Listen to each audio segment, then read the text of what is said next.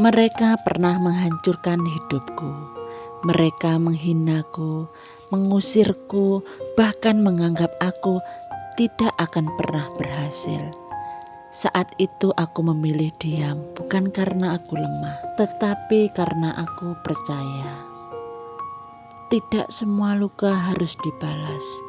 Waktu berlalu hingga suatu hari kabar yang tak pernah kuduga datang. Orang-orang yang dulu tertawa melihatku jatuh, kini menangis menghadapi karma mereka sendiri. Sejak saat itu aku percaya, karma memang tidak pernah salah alamat. Aku tidak pernah menyangka orang-orang yang dulu menghancurkan hidupku kini datang kembali dengan wajah penuh penyesalan. Namaku Rina. 5 tahun yang lalu aku hanyalah perempuan biasa yang berusaha bertahan hidup setelah suamiku meninggalkanku. Aku bekerja dari pagi hingga malam demi memenuhi kebutuhan sehari-hari. Meski hidupku sederhana, aku selalu berusaha membantu keluargaku ketika mereka membutuhkan. Namun semua berubah ketika ayah meninggal dunia. Rumah yang dulu terasa hangat mendadak berubah menjadi tempat yang asing. Bahkan sebelum masa berkabung selesai, pembicaraan tentang warisan terus dimulai. Kakakku dan beberapa saudara berkumpul di ruang tamu, membahas pembagian harta seolah tidak ada rasa kehilangan. Ayah sudah tidak ada. Rumah ini harus segera diurus, kata kakakku dengan nada dingin.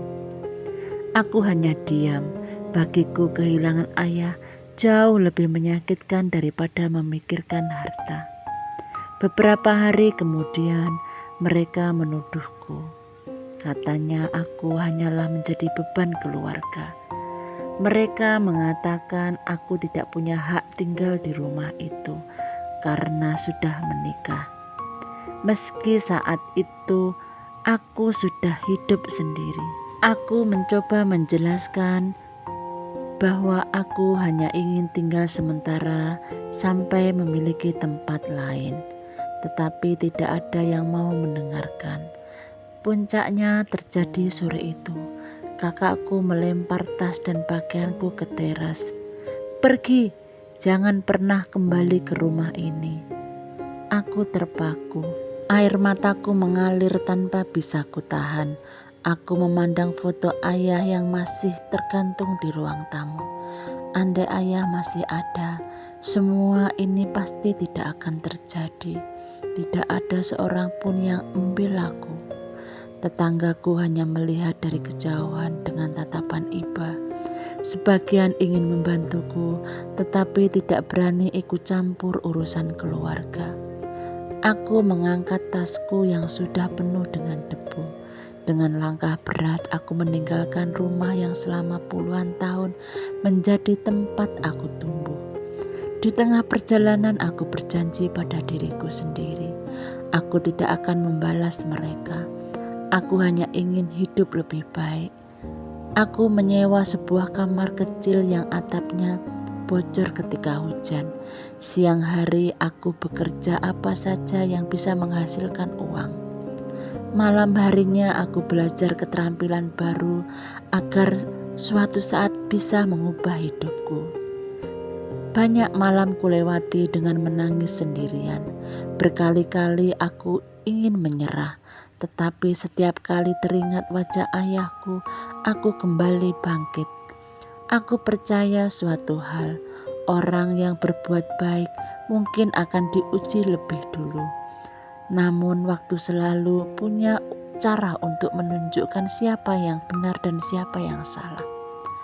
Aku tidak tahu bahwa beberapa tahun kemudian orang-orang yang mengusirku akan berdiri di depan pintuku, bukan untuk menghina, melainkan memohon pertolongan. Pagi itu aku terbangun karena air hujan menetes tepat di samping tempat tidurku. Kamar kontrakan yang kutinggali begitu sempit. Atapnya bocor di sana sini dan dindingnya mulai lembab. Aku hanya tersenyum pahit. Setidaknya aku masih punya tempat untuk berteduh. Sejak diusir dari rumah, aku bekerja tanpa mengenal lelah. Pagi menjadi asisten warung makan, siang membantu mencuci pakaian di tempat laundry, malam harinya menerima jahitan dari tetangga. Tubuhku sering kelelahan, bahkan beberapa kali aku tertidur sambil memegang jarum jahit. Namun setiap kali rasa putus asa datang, aku teringat wajah ayahku. Beliau selalu berkata, "Jangan pernah menyerah. Membalas keburukan dengan keburukan. Buktikan lewat jalan hidupmu." Kalimat itu menjadi pegangan dalam hidupku. Suatu sore pemilik warung memanggilku, "Rina, ada pelanggan yang sedang mencari pegawai administrasi. Aku rasa kamu cocok. Mau mencoba?" Tanpa berpikir panjang aku mengaku. Hari itu menjadi awal perubahan dalam hidupku. Aku diterima bekerja di sebuah perusahaan kecil. Gajinya memang tidak seberapa besar, tetapi cukup untuk membuatku berhenti mengambil 3 pekerjaan sekaligus. Aku belajar dengan sungguh-sungguh. Datang pagi, pulang paling akhir. Sedikit demi sedikit atasanku mulai mempercayaiku menangani pekerjaan yang lebih besar. Setahun berlalu, aku berhasil naik jabatan. Untuk pertama kalinya sejak ayah meninggal, aku bisa menyewa rumah kecil yang bersih dan nyaman. Malam itu aku duduk sendirian di teras, menatap langit dan berbisik, "Ya, aku berhasil bertahan."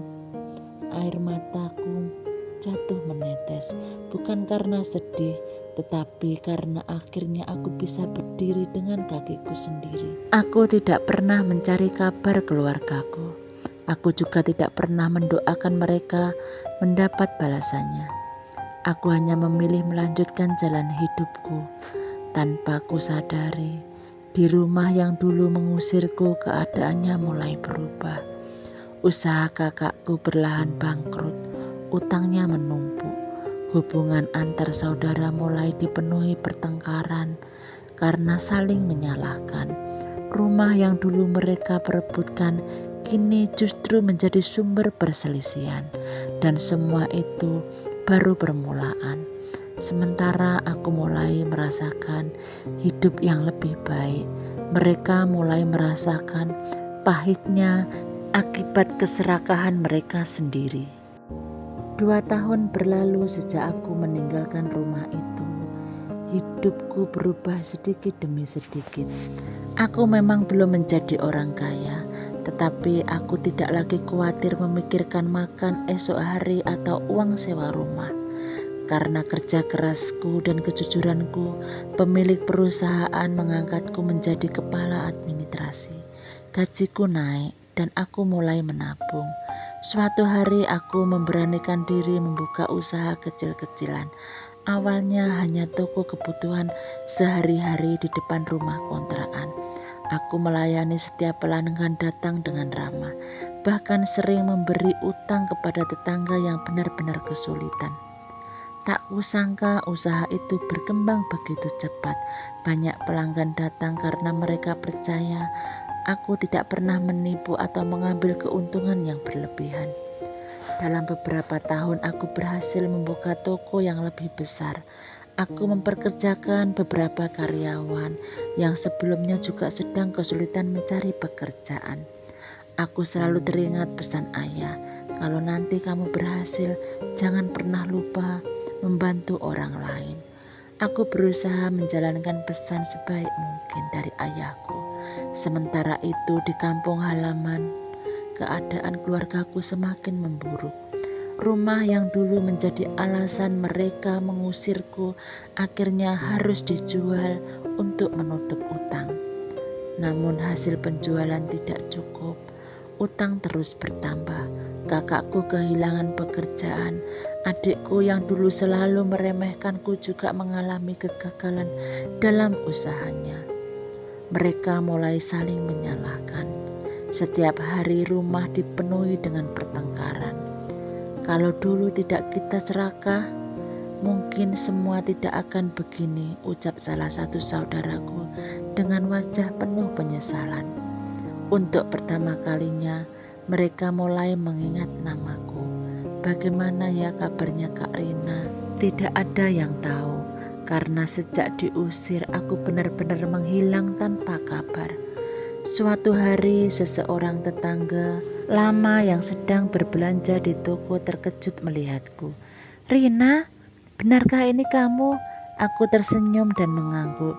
Beliau memandang tokoku yang ramai pelanggan, lalu berkata pelan, "Kalau keluargamu melihatmu sekarang, mereka pasti tidak akan percaya." Aku hanya tersenyum.